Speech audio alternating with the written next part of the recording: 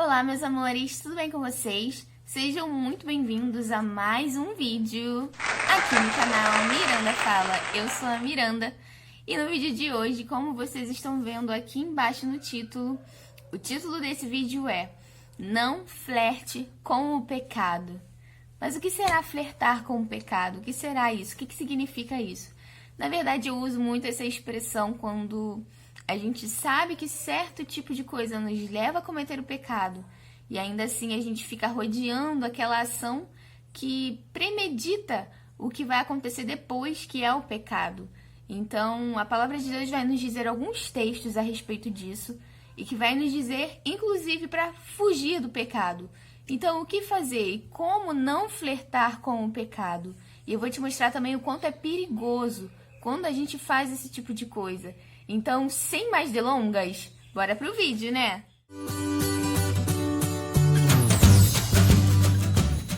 Gente, para começar, eu já queria começar mesmo lendo um texto para vocês muito importante, que eu me lembro das épocas de EBD, que eu era bem pequenininha, e eu lembro que as tias da EBD sempre falavam esses textos pra gente, esse texto principalmente que eu vou ler para vocês agora, que fica lá em Mateus, no capítulo 26 e no versículo 41, que vai dizer assim, ó: vigiem e orem, para que não caiam em tentação.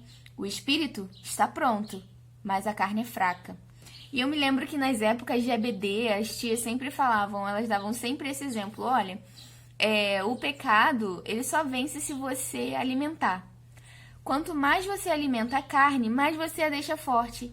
E se você a deixa forte, ela vai vencer o espírito. Mas se você deixa o teu espírito forte e você se consagra ao Senhor, se você escolhe as coisas de Deus e escolhe não flertar com o pecado, então o teu espírito vai vencer a tua carne, porque ganha quem você mais alimenta.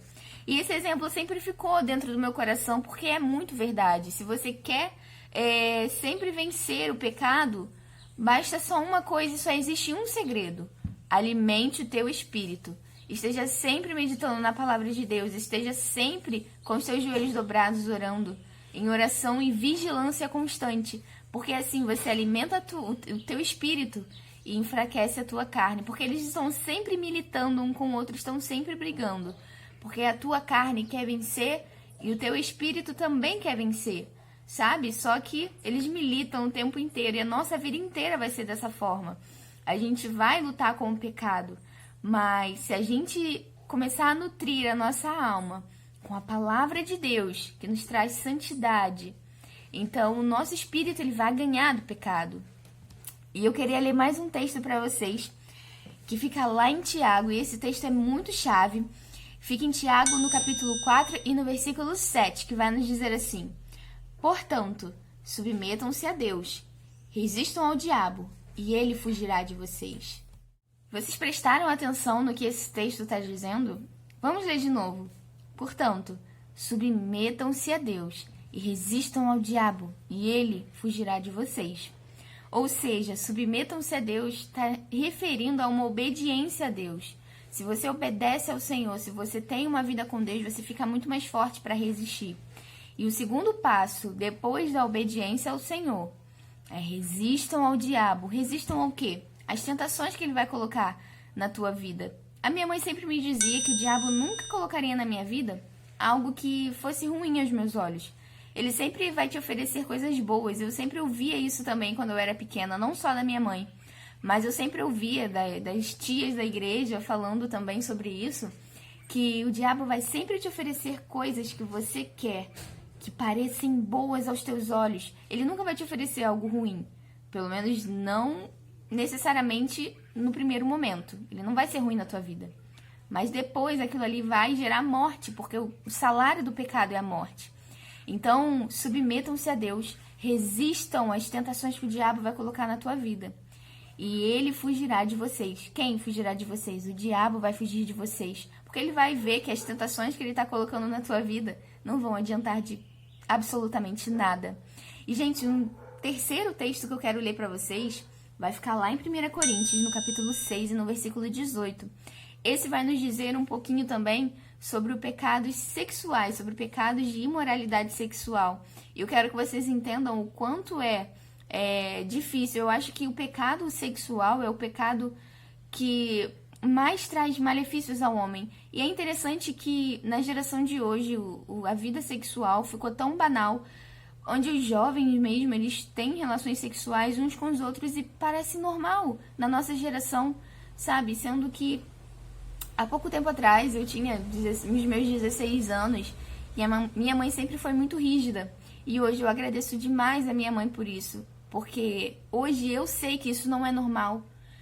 Na minha época, tinha muitas pessoas na escola que faziam isso e a gente sempre ouvia dizer, e graças a Deus, graças aos cuidados da minha mãe, eu nunca caí nesse tipo de pecado. Conheci meu esposo, nós nos casamos, porque hoje eu entendo quão perigoso é esse tipo de pecado. Sabe por quê? É perigoso esse tipo de pecado, pecado sexual, eu acho que é um dos mais perigosos. Vamos ler, vai dizer assim: fujam da imoralidade sexual. Todos os outros pecados que alguém comete é fora do corpo, mas quem peca sexualmente peca contra o seu próprio corpo. Ou seja, você está pecando contra o seu próprio corpo, você está destruindo o teu próprio corpo, que inclusive é templo do Espírito Santo, ou deveria ser. Mas se o teu corpo está cheio de imoralidade, você acha que o Espírito Santo ele vai conseguir reinar nesse corpo? Não estou dizendo que somos santos, sabe? Claro que nós vamos pecar, eu e você vamos errar vez ou outra, mas estou dizendo que o pecado sexual, ele é muito mais perigoso do que os outros, do que uma mentira, do que uma calúnia que você faz, uma fofoca, uma mentira que você conta. O pecado sexual, ele peca diretamente contra o teu corpo, e você tem que lembrar que o teu corpo é morada do Espírito Santo. Sabe, quando eu namorava, é até algo íntimo, assim, que eu vou contar pra vocês, que quando minha mãe nunca deixou a gente ficar sozinha, nem meu esposo, sabe? Eu comecei a namorar com ele, eu tinha 16 anos de idade. E claro, os hormônios estão à flor da pele e acaba você tendo ali uns momentos mais quentes, vamos dizer assim, que você começa a dar uns beijinhos e tal. Sendo que quando a gente começava a passar do ponto de colocar a mão em algum lugar, vocês sabem do que eu tô falando, porque eu acredito que a maioria que tá assistindo esse vídeo já passou por isso. Eu sempre começava a perceber que o Espírito Santo de Deus estava me olhando. Eu começava a entender que o Senhor estava ali e os anjos dele estavam ali ao meu redor e eu não podia fazer aquilo. Eu me sentia mal e eu começava a chorar.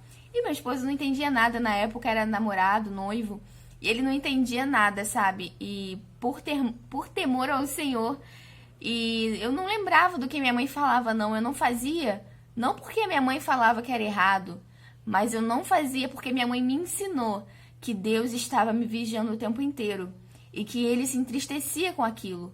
E por não entristecer o coração de Deus, eu começava a chorar e a não querer fazer aquilo, porque eu sabia que Deus estava triste comigo e ele estava ali me observando o tempo inteiro, sabe? Então, é mais um testemunho mesmo que eu tenho pra contar pra vocês a respeito disso, porque eu sei o quanto é difícil quando a gente é namorado ainda, quando a gente é noivo. E como a gente tá falando de pecados sexuais, eu me lembrei, sabe, desse lado da minha vida. E é muito interessante porque vai dizer que peca contra o próprio corpo, porque você se lembra que a palavra de Deus vai dizer que a partir do momento que você se casa, você se torna uma só carne? Uma só carne é quando você consuma o ato sexual, você se casa perante Deus, consuma o ato sexual, você se torna um só com aquela pessoa. Agora olhe para a nossa geração, onde o sexo, a vida sexual ficou tão banal e praticamente todos os jovens têm relações sexuais com um, com o outro. Sabe o que está acontecendo? Esses jovens estão destruindo o próprio corpo porque estão se tornando uma só carne, com várias e várias pessoas. E isso, no mundo espiritual, tem um poder muito grande sobre a vida da pessoa. É por isso que hoje os casamentos estão destruídos, porque as pessoas já levam tanta carga que acaba não dando certo. Então, vigiem a esse respeito e não cometam pecados sexuais em especial. Peçam a ajuda de Deus. É difícil, é muito difícil, mas peçam a ajuda do Senhor não só aos namorados, mas também no casamento existem pecados sexuais. Por exemplo, a pornografia. Eu conheço muitos casais que veem. E no início do meu casamento a gente queria até ver, sabe? De vez em quando via algumas dessas coisas. Mas depois que eu entendi isso, eu falei, cara, eu não posso deixar isso entrar dentro da minha casa. Porque sabe, é pecado sexual, e o pecado sexual em especial é um pecado que leva à morte. E adultério, então, nem se fala. Então, gente, tenham cuidado, principalmente com esse tipo de pecado, os pecados sexuais. E é aí que eu entro na questão também de flertar com o pecado. Quando a gente flerta com o pecado, provavelmente a gente vai cair, porque a gente já tá dando lugar à nossa carne. Se a gente sabe que aquilo leva a gente a pecar. Por exemplo, se você namora com aquela pessoa e você sabe que vocês já estão se esquentando demais quando vocês ficam sozinhos. E aí, mesmo assim, você vai lá e fica sozinho com aquela pessoa. Isso é flertar com o pecado. Você tá flertando com o pecado, você tá rodeando o pecado. Mas vai ter uma hora que ele vai te puxar e você vai cair.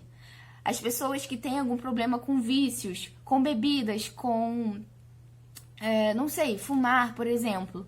Pessoas que lutam com isso. Elas sabem onde é o ponto fraco delas, elas sabem aonde elas caem, até o momento que elas caem, o que leva elas a cair.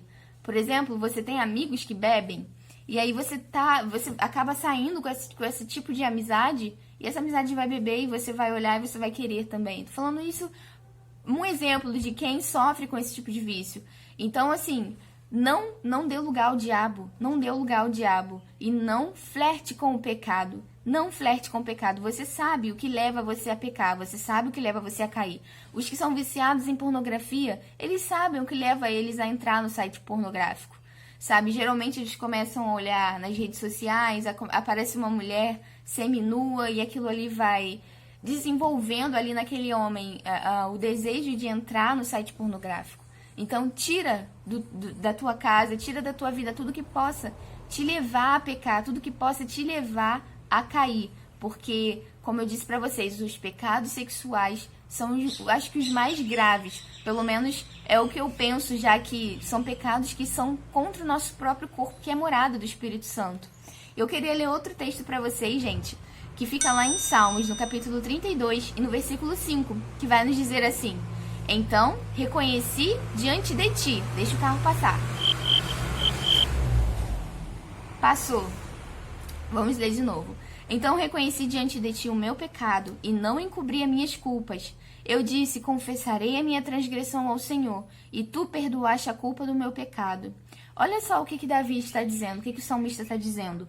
Que ele reconhece diante de Deus os meus pecados, sabe? E Deus, você tem que entender que ele não é só Deus, mas se você tiver um relacionamento com ele, ele também é o teu amigo e você pode confessar essas coisas.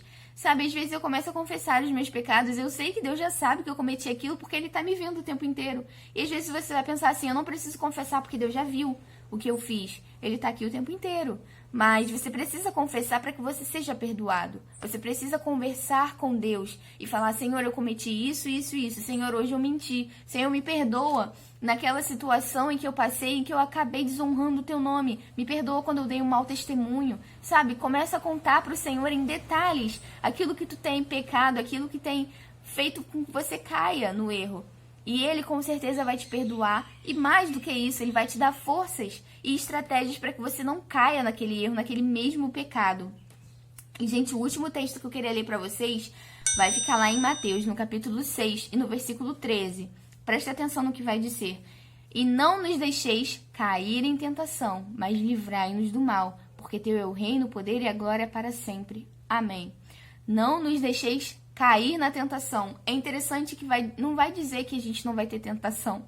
Não vai dizer que Deus vai nos livrar da tentação, porque Deus não vai nos livrar da tentação. A tentação serve para forjar o nosso caráter e Deus nos testar, para ver se nós estamos aptos realmente para o reino de Deus, se nós estamos dispostos a negar a nossa carne, a negar os atos que Deus não aprova, em troca do reino de Deus. Cara, eu estou disposto a largar esse meu pecado por conta do amor que eu tenho a Deus.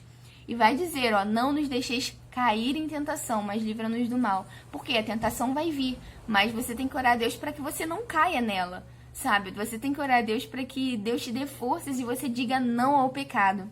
Mais um exemplo que eu vou usar para vocês. Na época de escola, a gente sabe que todo adolescente tem uma fase um pouco rebelde da sua vida. E comigo não foi diferente, embora eu tenha nascido em berço evangélico, e nunca me desviei do Senhor, sempre fui muito sã nos meus pensamentos, sempre tive muita sabedoria desde adolescente, e sempre fui muito reconhecida por isso. Mas mesmo assim, sabe, as tentações vêm, principalmente na época de escola, que você tem muitos amigos, você tá sozinho ali, é um momento que os teus pais não estão, é um momento que você se sente ali liberto, você sente a liberdade e você acaba ouvindo, dando ouvidos às influências ali do teu meio, sabe? Eu digo escola por conta que foi a minha experiência, mas pode ser com você no trabalho, pode ser com você em qualquer lugar. E ali você sente a vontade para fazer o que é errado, porque os outros simplesmente estão fazendo e você cai no erro de achar que aquilo é normal, sabe? Por exemplo, todos os menininhos e as menininhas da minha época, da escola, todos ficar de beijar, sabe, um com o outro. E eu sabia que era errado porque eu vim de uma igreja que me ensinou que isso era errado. Graças a Deus eu vim de uma igreja muito severa, porque hoje, as igrejas de hoje em dia, os jovens ficam um com o outro. E, gente, eu olho pra isso e eu fico pensando, meu Deus, onde esse mundo vai parar? Porque na minha época não ficava assim. Eu fui dar o primeiro beijo no meu esposo, a gente já tava namorando. Ele já tinha ido na minha casa pedir meus pais em namoro. E depois de 2, 3 dias que a gente foi se beijar. Então a gente nunca ficou. E eu sempre pedia muito a Deus. Sempre dava uns beijinhos ou outros na escola, né? Sempre teve isso. Aqueles namorinhos, assim, bobos de escola. Mas eu sabia que Deus se desagradava disso. E eu me lembro que nessa época, eu tinha me separado, sabe, pra Deus. Eu e um conjunto de amigas, mais 2 amigas.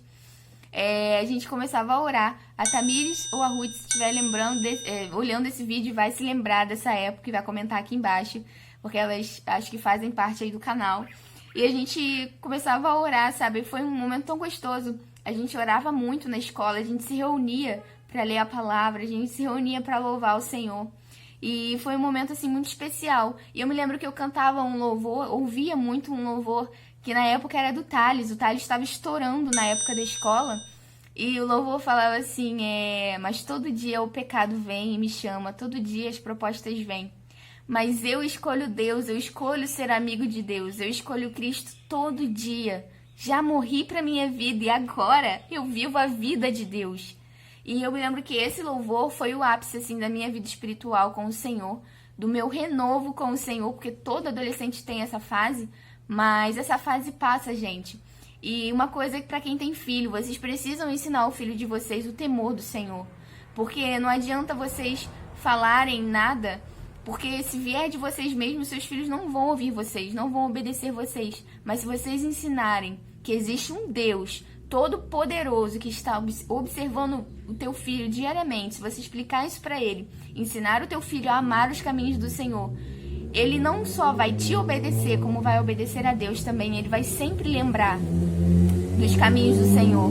Vai sempre lembrar que ele não pode pecar, não porque vai desagradar aos pais ou porque você, que é pai e mãe, vai brigar com ele, mas ele vai se lembrar de que Deus o ama e que vai se entristecer se ele pecar, como aconteceu comigo.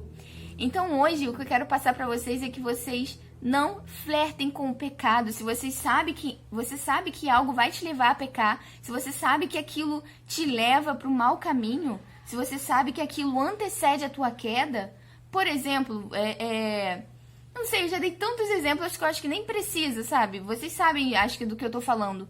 Não flertem. Se você sabe que olhar o Facebook ou o Instagram ou olhar algum programa de televisão te leva a cometer aí pecados sexuais, como a pornografia, por exemplo, é um exemplo aí que eu acho que todo mundo já passou algum momento da sua vida. Então, não faça isso, exclua. Se o teu olho te faz pecar, arranca-o. Claro que a gente não vai fazer isso literalmente, mas se aquilo te faz pecar, então se afasta daquilo para não entristecer o coração de Deus e principalmente para não levar a tua alma a cair, não levar a tua alma para o inferno. Gente, essa é a mensagem que eu quis passar para vocês hoje, até que ficou um vídeo mais longo do que eu imaginei, mas eu queria realmente trazer essa mensagem para vocês hoje, para que vocês reflitam e não flertem com o pecado, não brinquem com o pecado, porque se Jesus nos manda fugir do pecado, se Deus nos manda fugir, ir para o lado oposto, significa que a gente não pode lutar com ele, sabe? Então, fuja do pecado, porque a partir do momento que você tenta lutar com o pecado, você já está alimentando a carne. E aí você vai cair, a tua queda vai ser feia. Então, fuja para o lado oposto. Se algo te faz pecar, se algo te faz ter pensamentos maus, fuja para o lado oposto. Não tente encarar o pecado, não tente flertar com ele de maneira alguma, porque você vai cair e vai ser grande a tua queda. Gente, esse foi o vídeo de hoje. Eu espero muito que vocês tenham gostado, que tenha edificado a vida de vocês. Se você gostou, se inscreve aqui no canal e venha fazer parte. E também deixa o teu like, porque aí vai ajudar muitas outras pessoas também que precisam ouvir essa palavra. Compartilhe com alguém que está precisando ouvir isso. Compartilhe com alguém que você conhece, que eu tenho certeza que vai ser bênção para a vida dessa pessoa. Deixa o teu like para ajudar o canal mais uma vez. E eu agradeço a presença de cada um de vocês. Um super beijo, fiquem com Deus e até o próximo vídeo. Tchau, tchau!